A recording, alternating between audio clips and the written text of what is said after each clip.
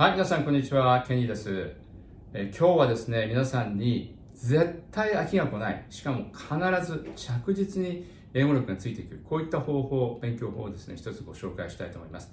で、これはね、毎日やっても飽きません。むしろ毎日やるからこそ、やればやるほど楽しくなってくるという方法なんですね。名付けて、毎日の英語筋トレです。はい、筋トレ。ただ普通にやってたらね、飽きちゃうと思うんですけど、今日私が申し上げるこの英語の学習法ですね、飽きが来ないです。そういう方法をご紹介します。で、皆さんどうですか？やればやるほど楽しくなるためには何が必要でしょうか？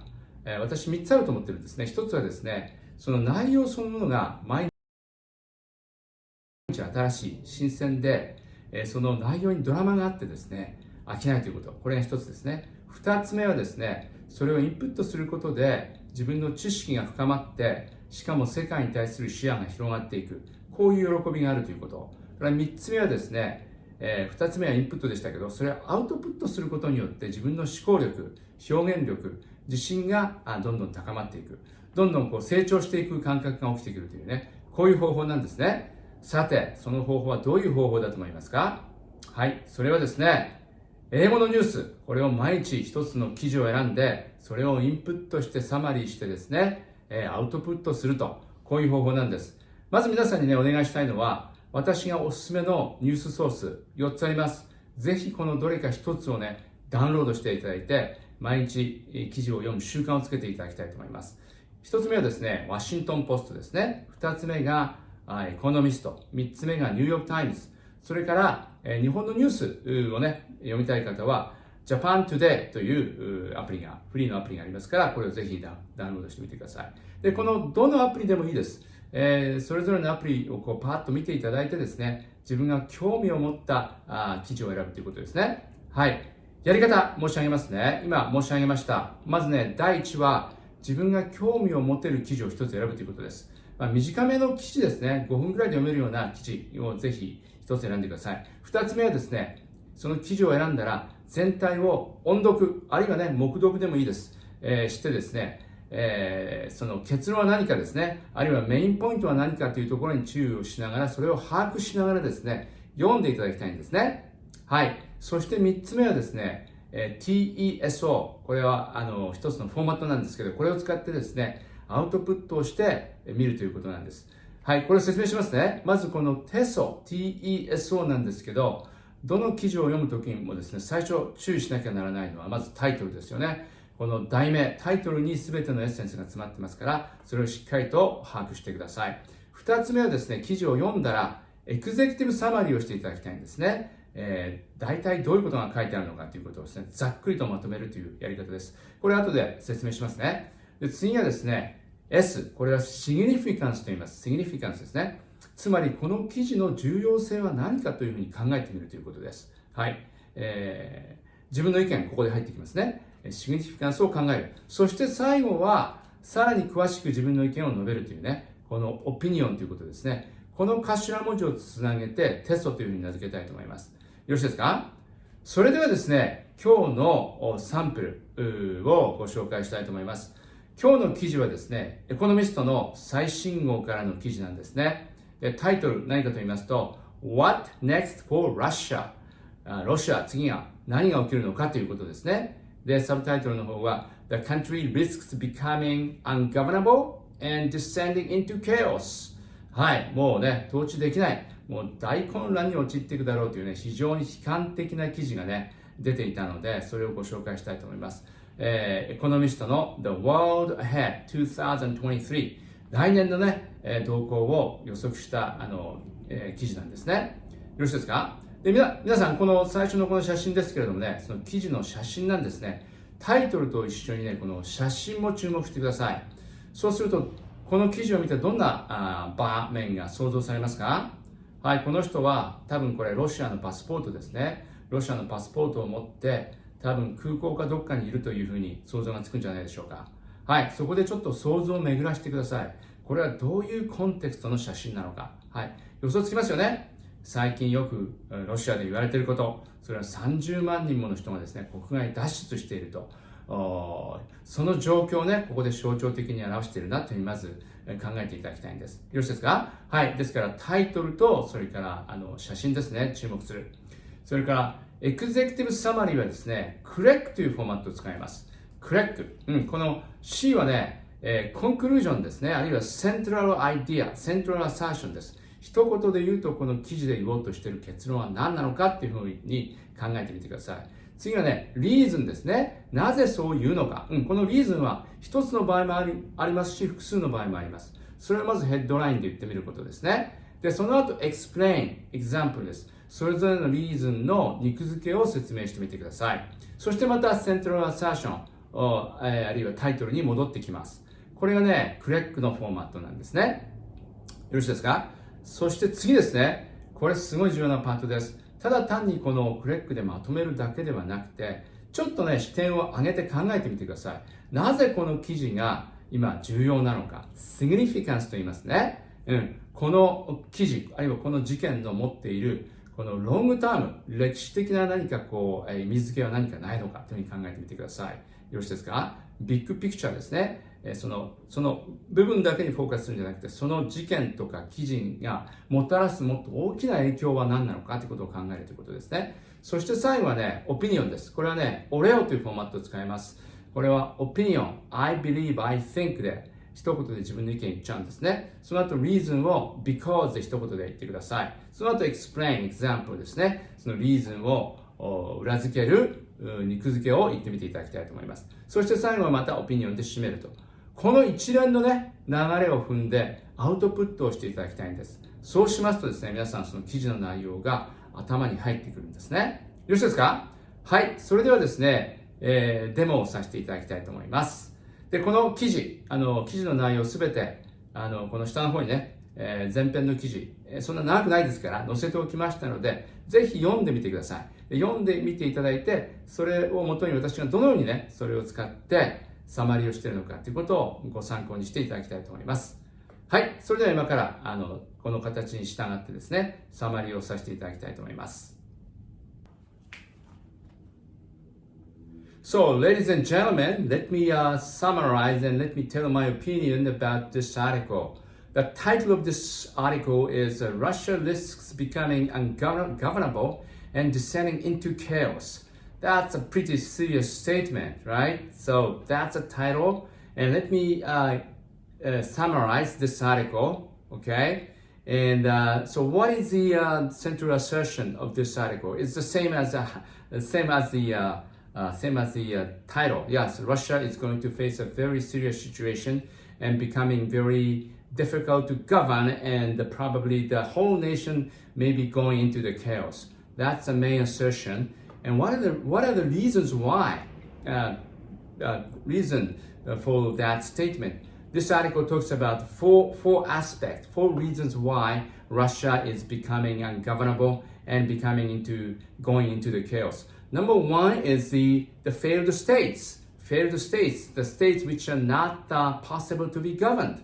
Number two is the private military formations. That's number two. And number three is the diaspora. So many people are fleeing Russia. Number three. Number four is the breaking the social contract. The President Putin had for the people. Okay, let me explain each point one by one.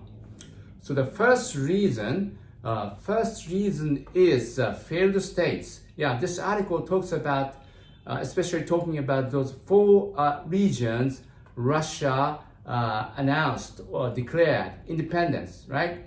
Using illegal voting, and they are forced to be independent on the paper, right? But the whole world was against it because it's not really legitimate voting. And now the Ukrainian forces are trying to regain those forces. So they are still in a chaotic state, and they're not going to be really a formal, very stable part of the Russia. And that situation is influencing other unstable parts of the Russia, such as the Caucasus region, and emboldened by those four regions, maybe Caucasus may start becoming independent. That will destabilize the whole Russia. So that's the first reason.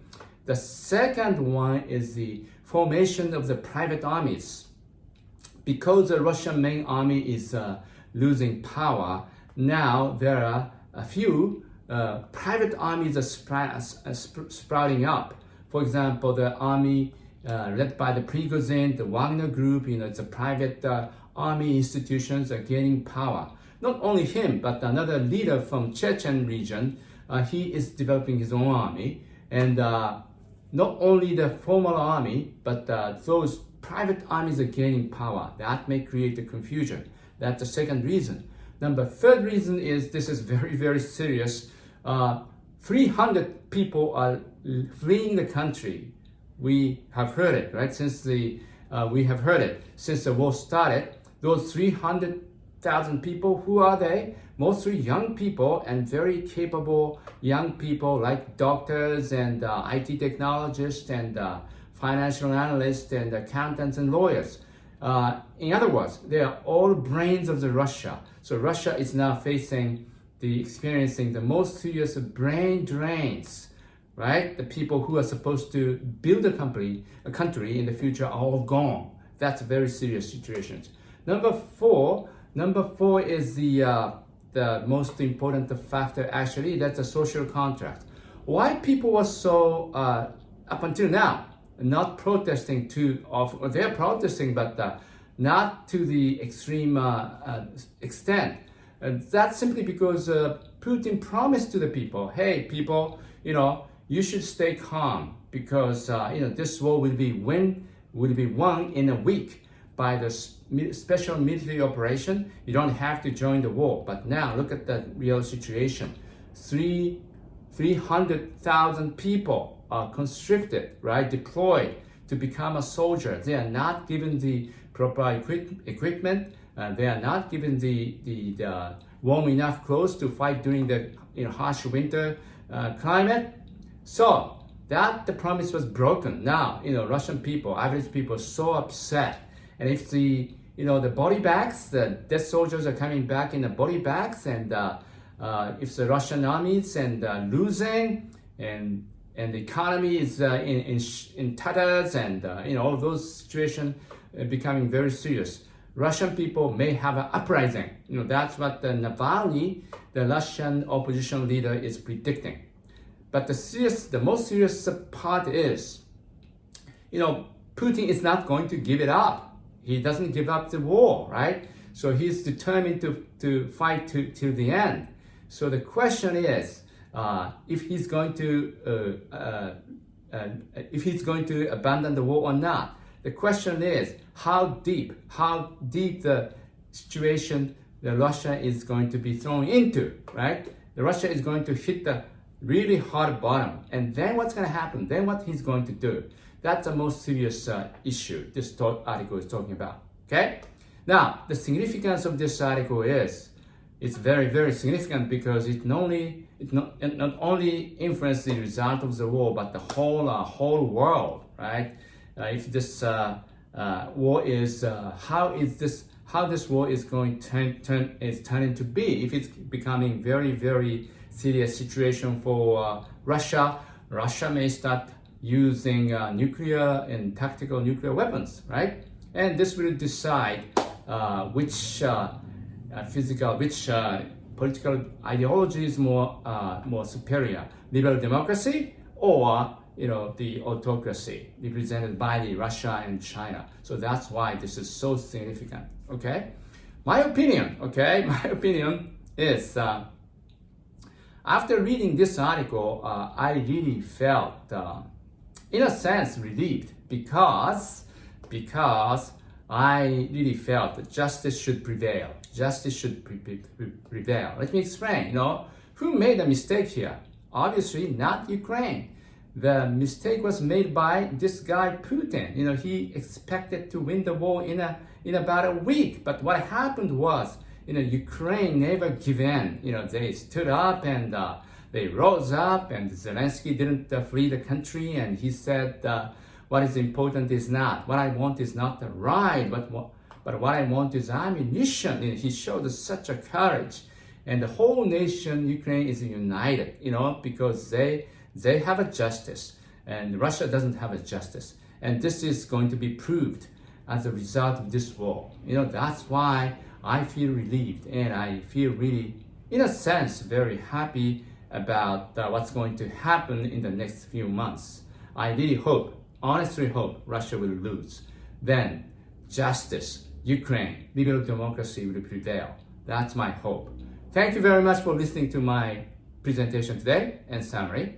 I'm going to give you this kind of a summary as example from now on very often. So see you soon. Bye.